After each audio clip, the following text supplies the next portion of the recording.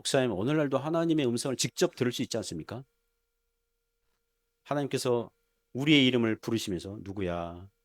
너 이러이러한 일로 고민하고 있는데 A와 B 막 고민하고 있는데 A로 가라. 이렇게 해주면 얼마나 좋아요. 어떤 목사님들이 하나님의 음성을 들을 수 있다, 직접 들을 수 있다 이렇게 막 주장하는 분들이 있는데 저는 동의하지 않습니다. 음성이라는 거 자기가 환청, 듣는다 요게 주관적이에요. 이게 하나님의 말씀인지 아닌지 확인할 길이 없어요. 그래서 그 음성이 예를 들면 어떤 정신 나간 사람이 야 누가 너를 미워하고 싫어하니까 그를 때려라. 맞아. 그런 음성이 들렸다고 그래요. 아, 이거 신의 음성이다 그래서 때리고 뭐 이런 사건들도 있잖아요. 그러니까 정신 나간 사건들도 있거든요. 그 음성이 어떤 특별한 음성이 들을 수 있죠. 뭐 그런 사건들이 있을 수 있죠. 그러나 그것이 하나님의 말씀인지 아닌지를 무엇으로 최종 확인합니까? 지금 시대에 성경입니다.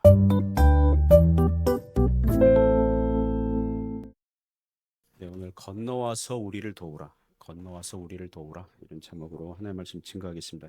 오늘 성경 말씀은 사도 바울 선생님이 2차 전도 여행하면서 이전에 1차 전도 여행했던 그 지역 교회들을 방문하면서 믿음으로 교회들을 격려하죠.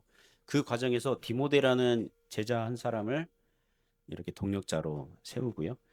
그리고 1차 전도 여행했던 그 지역을 다 돌아보고 그 다음 지역으로 갈 때에 하나님의 인도하심을 민감하게 세심하게 받는 그런 사건을 다루고 있습니다. 오늘날 우리도 주님의 일을 섬길 때에 동력자들이 필요한 줄 믿습니다. 그리고 우리 인생길을 하나님께서 인도하시는데 우리가 민감하고 예민하게 잘 따라가야 될 줄 믿습니다. 이 교훈으로 몇 가지 은혜를 나누려고 합니다. 첫 번째는 주님의 일을 같이 할 동력자를 구하라고 합니다. 1절부터 5절에서 교훈하는데요. 먼저 1절, 2절, 1절, 2절만 읽어볼까요? 1절, 2절. 바울이 더베와 루스드라에도 이름해 거기 디모데라 하는 제자가 있으니 그 어머니는 믿는 유대 여자요 아버지는 헬라인이라. 디모데는 루스드라와 이고니온에 있는 형제들에게 칭찬받는 자니. 자, 바울이 더베와 루스드라에 도착합니다. 이 지역은 1차 전도 여행 때 갔던 그런 지역입니다. 마침 거기에 누구를 만납니까? 디모데라 하는 제자, 디모데라 하는 제자를 만납니다. 그 엄마는 유대 여자고요. 그 아빠는 헬라인입니다. 디모데후서 1장 보면 디모데 어머니는 유니게, 외조모는 로이스 이렇게 나옵니다. 이름 뜻이요. 그 디모데 그러면 하나님을 공경하는 사람 그런 뜻이에요. 디모데 이름 자체가 굉장히 신앙적이죠.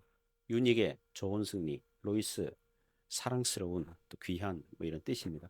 이름부터가 그 가정은 매우 신앙적인 가정 같아 보입니다. 디모데는 루스드라와 이고니온에 있는 형제들에게 칭찬받는 자였다고 그래요. 바울이 1차 전도 여행 때에 디모데 그리고 그 모친 외조모가 바울을 통해서 예수 그리스도의 복음을 받아들였다고 봅니다. 유대교인들이었기 때문에 그래도 유대교 어떤 종교와 문화 속에서 자랐기 때문에 어려서부터 디모데가 성경을 알았지만 유대주의 율법주의 그런 시각으로만 알았을 거예요. 그런데 사도 바울의 복음을 듣고 그리고 성경 지식이 기본값으로 있으니까 복음을 믿으니까 이제 복음의 눈으로 성경을 보니 이 성경이 제 정립이 되고 또 성경 지식이 또 늘어나고 교회에서 또 섬기는 그 신앙의 일취월장 성장한 것 같습니다. 이 본문의 시간대가 1차 전도 여행으로부터 시작해서 한 2, 3년 지난 거거든요. 2, 3년 지난 그런 때인데 여러분 사람이 은혜 받으면요. 2, 3년이라도 굉장히 하나님께서 은혜 주셔서 성장하게 되는 줄 믿습니다. 신앙 성숙 이렇게 하게 되는 줄 압니다. 마침 바울은 동행자 신라 외에 동역자를 필요로 하고 있었던 것 같아요. 그래서 디모데를 동역자로 이제 자기 전도팀의 선교팀에 이제 스카웃 픽업을 합니다. 3절 나오죠. 3절 같이 읽습니다. 바울이 그를 데리고 떠나고자 할세 그 지역에 있는 유대인으로 말미암아 그를 데려다가 할 일을 행하니 이는 그 사람들이 그의 아버지는 헬라인인 줄 다 알미러라. 바울이 디모데를 면접 보니까 어릴 적에 아마도 헬라인 아버지가 반대했는지 할례를 받지 않은 거예요. 그 디모데가 할례 받지 않은 상태라면 이방인 전도는 문제가 없어요. 이방인 전도할 때는 뭐 할례 받고 안 받고 이게 전혀 문제가 안 되거든요. 그리고 유대인 회당의 단순 집회 참가자일 땐 문제 없어요. 그런데 유대인 회당에서 성경을 가르치거나 유대인에게 전도를 하거나 유대인들과 더 깊은 교제와 사귐으로 들어가고자 할 때는 이게 걸립니다. 만약에 할례를 행하지 않았다. 유대인이거든요. 엄마가 유대인이면 유대인이에요. 아빠 헬라인, 아빠 이방인 뭐 상관없이 엄마가 유대인이면 유대인이에요. 아빠가 유대인이고 엄마가 이방인이면 유대인 아니에요. 그러니까 엄마의 어떤 신앙교육 이걸 굉장히 중요시 여기는데 엄마가 유대인인데 할례를 행하지 않았다. 아기 때 태어난 지 8일 만에 할례를 행하지 않았다. 이거는 변절자예요. 유대교 입장에는 변절자, 배신자예요. 배신자 말을 누가 듣습니까? 유대인들이. 그렇잖아요. 그래서 바울의 입장에서는 복음의 관점에서는 할례를 행하거나 행하지 않거나 전혀 문제가 안 되거든요. 더 이상 신앙적인 의미는 없어요. 그러나 유대인들 전도하기 위해서는 유대의 그 종교, 관습, 문화, 전통 따르는 것이 전도에 유익했기 때문에 디모데를 데려다가 뭘 행합니까? 할례를 행합니다. 아마도 할례식 할 때 디모데 할례식 아마 그 동네에 막 광고를 했을 겁니다. 유대인들로 이렇게 알 수 있도록. 참고로 그 바울에게는 디도라는 제자도 있었는데요. 디도는 100% 헬라인 제자예요. 디모데보다 앞선 제자예요. 선배예요. 디도가 선배예요. 그 바울의 그 사역 초기부터 제자였어요. 디도는 할례를 행하지 않아요. 이방인이었기 때문에. 그 복음 진리를 변호하고 증거하는 기회로 의도적으로 디도에게는 할례를 행하지 않았어요. 이게 갈라디아서에 이렇게 나옵니다. 우리는 이렇게 질문할 수 있죠. 또 누가 바울에게 이런 질문할 수 있죠. 디도는 할례를 행하지 않았는데 디모데는 왜 행합니까? 일관성이 부족한 거 아닙니까? 왜 이랬다 저랬다 합니까? 구원과는 상관이 없는데 왜 일부러 그 디모데에게 할례를 행했습니까? 이렇게 질문한다면 고린도전서 9장 20절에서 사도 바울의 답변이 될 겁니다. 같이 읽습니다. 유대인들에게 내가 유대인과 같이 된 것은 유대인들을 얻고자 함이요 율법 아래에 있는 자들에게는 내가 율법 아래에 있지 아니하나 율법 아래에 있는 자 같이 된 것은 율법 아래에 있는 자들을 얻고자 함이요 그러니까 유대인 전도하는데 만약에 할례를 행하지 않았어요? 그 디모데가 전도할 수 없습니다. 너 말 듣지 않을래. 유대교 변절자 말을 왜 듣니? 뭐 이런. 율법 아래에 있는 자들에게는 내가 율법 아래에 있지 않냐나 율법 아래에 있는 자 같이 된 것은 유대인들은 음식 가리거든요. 소, 양, 염소 뭐 이런 거 먹잖아요. 사도 바울이 전도하는데 자, 식당 가서 전도하는데 아줌마 여기 돼지 불백이요. 이러면은 벌써 전도가 안 되고 돼지고기 안 먹는 유대인 앞에서 같이 돼지고기 먹으면서 전도할 수는 없거든요. 율법 아래에 있는 자 같이 나도 소고기요, 양고기, 염소고기 그거만 먹겠죠. 그렇잖아요. 율법에 의하면 손 반드시 씻거든요. 뭐 식사하거나 뭐 하기 전에 그 정결법에 따라서 그거 따라주고 뭐 그런 거 따라주면서 전도할 수 있다는 것입니다. 요새 한국에서 지방선거가 6월달 있지 않습니까? 한 22일 정도 남은 것으로 아는데요. 출마한 후보자들이 제가 어느 동영상 보니까 지역민들 이렇게 그 시장이나 길거리 뭐 어떤 지역 행사 다니면서 막 악수하고 행사 막 한단 말이에요. 근데 어느 동영상 보니까 반대하는 사람 있잖아요. 주민들 중에 그 후보가 싫은 거예요. 미운 거예요. 그래서 악수도 안 해요. 나는 당신 싫어요. 뭐 이렇게 얘기하는 사람도 있고 우리 동네 위에서 뭐 그 공약 뭐 해봐요. 뭐 있어요. 막 이렇게 따지는 사람이 있고 막 이럴 때 자 후보자가 어떻게 해야 됩니까? 그때 자기를 반대하는 사람이 있어요. 그러면 어떻게 할까요? 관심이 없으시군요. 이번 지방선거 여전히 겸손하게 당했지만 예? 긁혔지만 겸손하게 악수하고 인사하고 잘하겠습니다. 뭐 그렇게 몸을 낮추는 거죠. 지금 바울이 디모데에게 할례를 행한 게 어떤 그런 태도인 셈이죠. 자, 그렇게 디모데 데리고 가서 어떤 일이 발생합니까? 4절, 5절 같이 읽습니다. 여러 성으로 다녀갈 때에 예루살렘에 있는 사도와 장로들이 작정한 규례를 그들에게 주어 지키게 하니 이에 여러 교회가 믿음이 더 굳건해지고 수가 날마다 늘어가니라. 4절에 보면 예루살렘에 있는 사도와 장로들이 작정한 규례 무엇입니까? 이방인 교인들로 하여금 유대인 교인들과 이제 교제할 때에 주의할 점 네 가지 그거 있잖아요. 우상의 제물 먹지 마라. 피 뭐 먹지 마라. 목매어 죽인 거 먹지 마라. 그러니까 유대법으로 도축된 거 먹어야 되지. 뭐 목매어 죽인 거 이런 거 먹지 마라. 또 음행 주의해라. 뭐 이런 거 있잖아요. 그런 걸 지키게 하니 이방인 교인들이 그 작정한 규례를 들을 때 어떻습니까? 아, 율법을 행함으로 구원받는 게 아니라 오직 예수 그리스도를 믿음으로 구원받는 것이구나. 하나님의 복음 안에는 이방인이든 유대인이든 차별이 없구나. 이런 위로와 격려를 받으면서 굉장히 교회가 믿음 위에 든든히 서갔다. 이렇게 얘기합니다. 그래서 이제 그런 일을 새로 얻은 디모데와 함께 그 일을 공동 사역하니 효과적으로 그런 일들을 했을 것입니다. 마태복음 9장 37절 38절에 일꾼을 보내어 달라는 그런 말씀이 있거든요. 같이 읽습니다. 이에 제자들에게 이르시되 추수할 것은 많되 일꾼이 적으니 그러므로 추수하는 주인에게 청하여 추수할 일꾼들을 보내주소서 하라 하시니라. 추수할 것은 많대. 전도할 거 많아요. 봉사할 게 많아요. 그런데 일꾼은 어때요?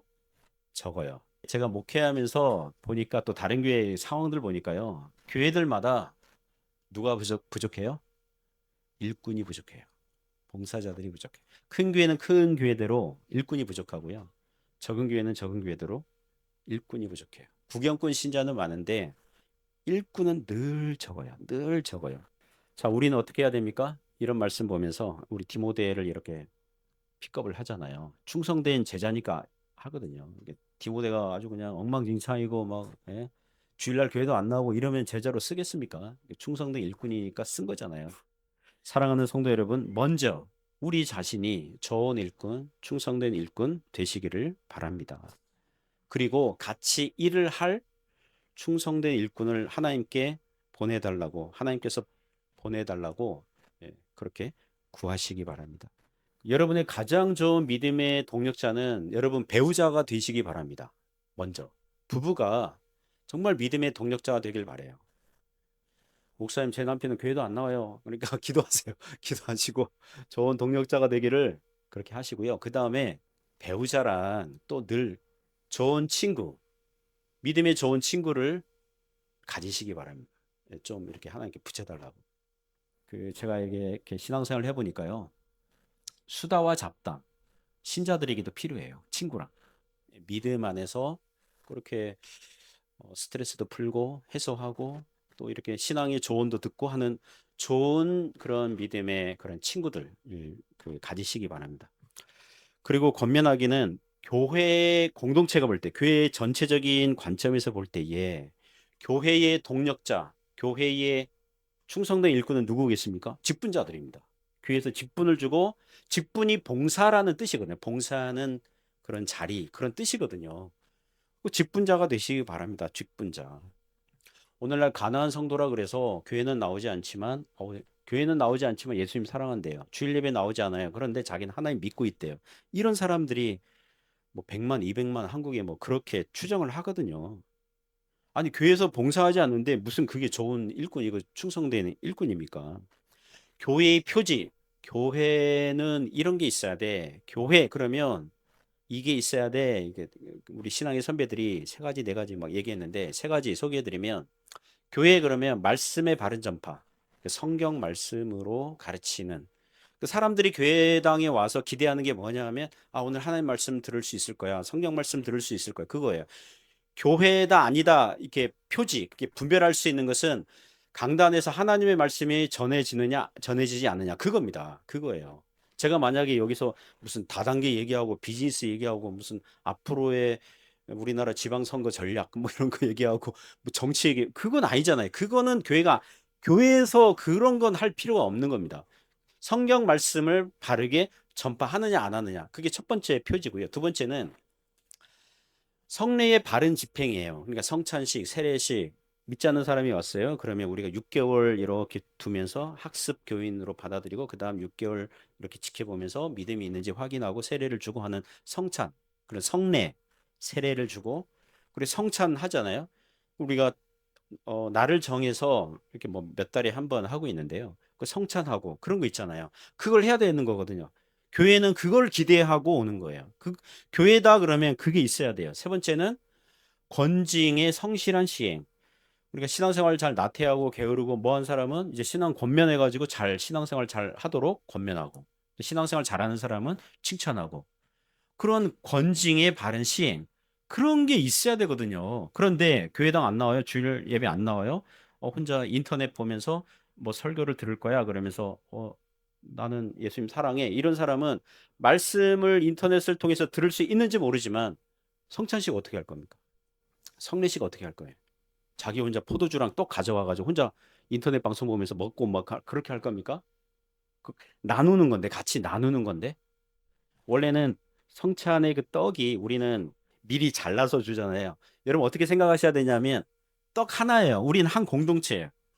한 공동체라고요. 주님께서 몸을 찢겨지듯 그렇게 우리를 위해서 찢겨지셨다. 그리고 우리가 그거 주님의 그 몸을 먹는 거잖아요. 그러니까 한 공동체, 주님의 한 몸, 이러한 이 정신 교훈이 사상이 있는 거거든요. 거기에 또 건징이 바른 시행, 또 권면도 안 해, 조언도 안 해, 책망도 없어요. 근데 그게 없는데 어떻게 교인이라고 할 수 있어요? 주님의 몸된 교회를 사랑하지 아니하면서 나는 예수님 사랑해요. 어떻게 그렇게 얘기할 수 있습니까? 그래 가나안 성도는 비성경적이에요. 굉장히 영적으로 위험한 상태에 있다는 것입니다. 그 우리나라 교회의 전통이 뭐냐면 청년들을 주일날 봉사로 갈아 넣는 겁니다. 갈아 넣었죠. 제가 성가대도 했고 중고등부 교사도 했고 청년부 임원이기도 하고 그러니까 주일 예배 저녁 예배 참석하고 성가대 봉사하고 또 오후에는 중고등부 교사로 하고 그다음 끝나면 또 청년부 모임 있단 말이에요. 있고 저녁 간단히 먹고 저녁 예배까지 하고 오면 제가 그때 학교 뒤에서 이 자취를 하고 있었는데 그 학교 뒤편에 있는 작은 교회당 다니고 있었거든요. 주일날 너무 피곤한 거예요. 주일이 제일 피곤해. 학교에서 공부하고 강의 듣고 하는 것보다 주일이 너무 피곤한 거예요. 그래서 어느 한 해에는 연말에 그 목사님한테 그 중고등부 제 기억으로 중고등부 교사를 쉬겠습니다. 그렇게 한 거예요. 너무 피곤하니까 이거 하루 아침 일찍 가가지고 저녁 늦게 오니까 또 월요일부터 수업이 있는데 그걸 제대로 준비를 못 하는 것 같아서 좀 한 해는 내년 한 해는 쉬겠습니다. 딱 쉬니까 여러분 주일날 그 중고등부 교사 안 하니까 잘 쉬었을까요? 중고등부 그 시간에 뭐 하냐면 자취방 가가지고 텔레비전 보고 있어요. 이렇게 해둬가지고 한 해 동안 제가 성장한 것은 텔레비전 프로그램 많이 안 거밖에 없어요. 중고등부 봉사하지 않으니까 기도를 덜 해요. 교사하면 어쨌든 애들을 위해서 기도하잖아요. 자기 부인 약해져요. 기도의 범위, 기도의 제목들이 약해져요. 줄어들어요. 그러면서 봉사하지 않으면 신앙이 퇴보하는구나. 그때 깨달았습니다. 그때 깨달았어요. 사랑하는 성도 여러분, 좋은 일꾼이 되고 좋은 동력자, 충성된 일꾼, 좋은 직분자 되시길 원하시면요. 봉사하시기 바랍니다. 네, 봉사하세요. 그리스도의 몸된 교회를 위해서 여러분 영육을 갈아 넣으시기 바랍니다. 언제까지요? 우리 죽을 때까지요. 이 땅에서 죽을 때까지. 계속해서 그렇게 충성된 일꾼, 좋은 일꾼, 주님의 일에 귀한 동력자들 되시기를 주님의 이름으로 부탁드립니다. 두 번째 교훈은 하나님의 인도하심에 민감하라고 합니다. 6절부터 10절에서 교훈하는데요. 먼저 6절, 7절 같이 읽습니다. 성령이 아시아에서 말씀을 전하지 못하게 하시거늘 그들이 부르기아와 갈라디아 땅으로 다녀가 무시아 앞에 이르러 비두니아로 가고자 했으되 예수의 영이 허락하지 아니하시는지라. 자, 바울의 선교팀은 1차 전도 여행 다녔던 그 지역 교회들을 다 돌아보고 나서 이제 자연스럽게 만나는 지역이 1차 지역, 그거 전도 지역 다 돌아보고 그다음 만나는 지역이 아시아거든요. 아시아입니다. 에베소를 수도로 하고 있는 아시아 주. 그러니까 아시아 지역을 만나게 되는데 예전에 성경지리 잘 몰랐던 시대에 우리나라 목사님들이 성령께서 아시아에 전도하지 못하게 이렇게 하셨다. 이걸 보고 아시아를 인도, 중국, 한국, 일본, 동남아시아 이렇게 생각하신 거예요. 그래서 이때 아시아로 갔으면 한국이 벌써 복음화 됐을 텐데 뭐 이렇게 했는데 투르키의 그 어느 한 부분이에요. 한 지역, 에베소를 중심으로 한 지역을 아시아라고 불렀습니다. 거기 못 가게 한 거예요. 예, 거기 금지시킨 겁니다. 그리고 7절에 보면 무시아 앞에 이르러 비두니아로 가고자 하되 에스대 예수의 영이 허락하지 않은지라. 그 비두니아도 못 가, 아시아도 못 가, 비두니아도 못 가. 그러면 그 양옆에 그 가운데 길로 이렇게 가고, 그죠? 무시아랑 이제 드로아까지 이렇게 쭉 가게 되는 거죠. 우리는 여기서 두 가지 질문을 해야 됩니다. 하나는 왜 아시아 전도 금지했을까요? 왜 비두니아도 금지했을까요? 이런 질문. 두 번째는 안 된다고 하실 때 주님께서 바울에게 어떻게 알려주신 겁니까? 직접 말씀하신 겁니까? 아니면 꿈이나 뭐 환상 또 뭐 어떤 사건들 그걸 통해서 알려주신 것입니까? 뭐 이렇게 질문 할 수 있죠. 먼저 왜 아시아와 비두니아는 안 됩니까? 답을 말씀드리면 지금 안 된다는 거지 영원히 안 되는 건 아니거든요. 2차 전도 여행해 가지고 이제 마게도냐 간 다음에 아가야 고린도 전도 마치고 돌아올 때에 이제 수리 안디옥으로 이제 돌아올 때에 에베소 들립니다. 아시아에 있는 에베소 들려서 고린도에서 같이 사역했던 부부 브리스길라와 아굴라와 브리스길라 이 부부를 에베소에 먼저 안배를 하고 그 다음에 돌아갔다가 3차 전도 여행 때에 에베소에 와서 3년간을 거기서 집중 이제 전도하게 되거든요. 그래서 지금 안 된다는 거지 나중엔 얼마든지 그 전도의 문을 열어 두신 것입니다. 두 번째로 바울에게 어떻게 알려주신 것입니까? 아시아 안 돼, 비두니아 안 돼. 이거 어떻게 알려주신 것입니까? 뭐 꿈이나 환상 뭐 이런 걸 알려주신 것입니까? 아니면 직접 알려주신 것입니까? 제 의견으로는 직접 알려주셨다고 봅니다. 하나님께서 성령께서 바울에게 아시아 안 돼, 비두니아도 안 돼. 거기까지 알려주신 거예요. 거기까지. 그러면서 아시아 피하고 비두니아 피하고 그 중간길로 이렇게 이제 흘러가게 된 거죠. 이렇게 그 성경에 이런 사건들 나오면 또 이런 질문하는 분들이 있거든요. 목사님, 오늘날도 하나님의 음성을 직접 들을 수 있지 않습니까? 하나님께서 우리의 이름을 부르시면서 누구야?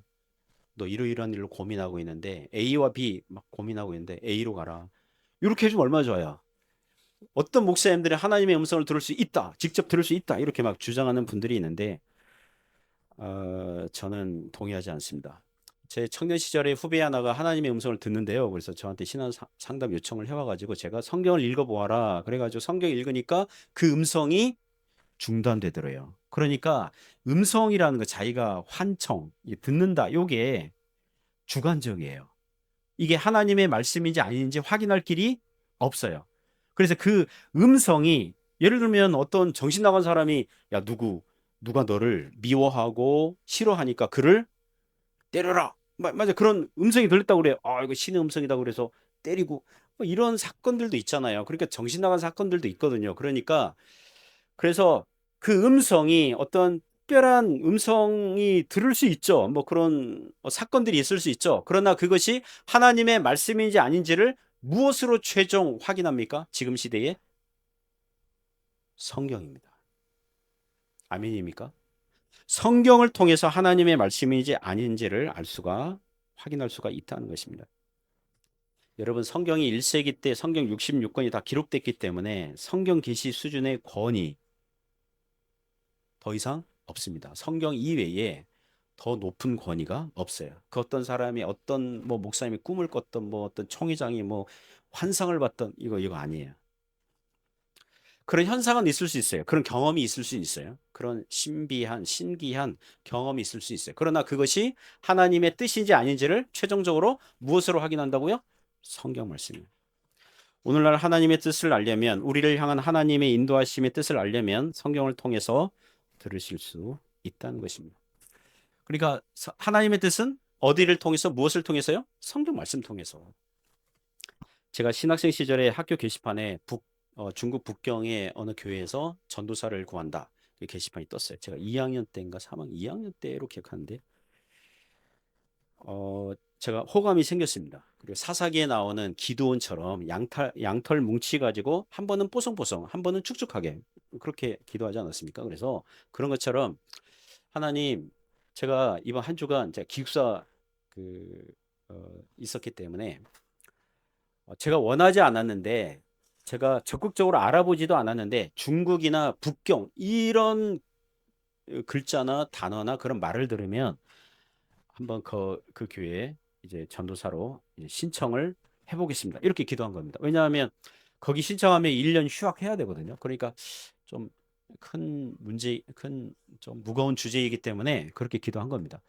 그런데 정말로 저 학교 그 기숙사 로비에 그 신문들이 꽂혀져 있었거든요. 그 신문 이렇게 보다가 신문 기사에 뭐가 나왔을까요? 중국 관련 기사가 나온 거예요.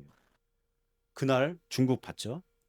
그 두 번째 날 어디 학교 밖에 어디 가다가 버스 타고 가다가 길가에 보니까 북경 반점 이렇게 써져 있는 거예요. 중국 식당 이름이 북경 반점. 북경이라는 글자 또 봤잖아요. 이게 준 뜻인가? 이런.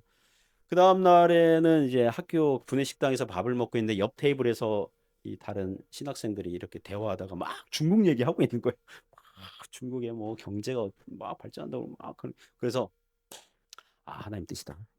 신청해야겠다. 그래서 기숙사에 보면 목요일 저녁에 그 기숙사 방 기도회가 있거든요. 그래서 제가 기도 제목을 냈습니다.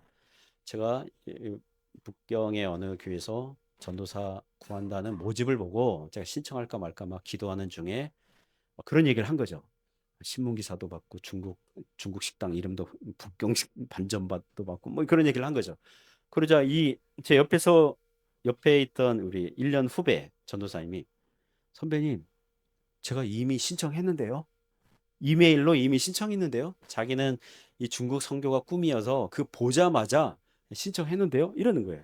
제가 그 얘기 듣고 저는 하나님 매일매일 중국이나 북경 글자 보면 주님 뜻으로 알겠습니다. 이렇게 시간 질질 끌 때에 이분은 선교사의 소명이 있는 분, 준비된 사람을 이길 수가 없어요. 준비된 사람을 이길 수가 없어요. 그때 깨달았습니다. 그러면서 또 제가 신청하면 같이 경쟁하게 되는 거니까 제가 신청하지 않은 그런 해프닝이 있었거든요. 그리고 10년 후에 중국에 왔습니다. 제가 어쨌든 그때는 아니고 10년 후에 이게 오게 됐습니다. 그러니까 하나님 매일매일 뭐 이런 글자 또 뭐 어떤 글 뭐 이런 거 보면은 주님 뜻으로 알겠습니다. 그거는 성숙한 기도예요. 좀 어린 기도예요. 어린 기도예요. 어린 기도예요. 어린 기도예요. 물론 주변 환경의 변화 이게 봐야 되겠지만 그러므로 사랑하는 성도 여러분 무엇보다 성경 말씀 통해서 확신을 얻으시기 바랍니다. 무엇을 보거나 신기한 현상이 있거나 그것만이 하나님 뜻이다 뭐 그러지 말고 매일매일 기도하고 성경 말씀 보면서 주님의 뜻을 물어가면서 돌다리를 두드려 가면서 그런 거예요. 하나님 뜻을 아는 건 그런 거예요. 어려워요. 쉽지 않아요. 하나님 뜻 아는 것은 쉽지 않아요. 어려워요. 앞으로 하나님 제가 1년 후에는 여러분이 이런 기도할 수 있죠. 중국이 있을까요? 한국이 있을까요? 아니면 베트남이 있을까요? 하나님 안 가르쳐 줘요. 하나님께서는요. 내일 일도 모르게 하셨어요. 그게 하나님 신앙생활의 방식이에요. 내일 일도 모르는 존재로 우리를 매일매일 하나님 앞에 일용할 양식을 구하면서 일용할 은혜를 구하면서 살게 하신 줄 믿습니다. 본문으로 돌아와서 8절 보시면 드로아까지 내려갔다 그러죠. 드로아.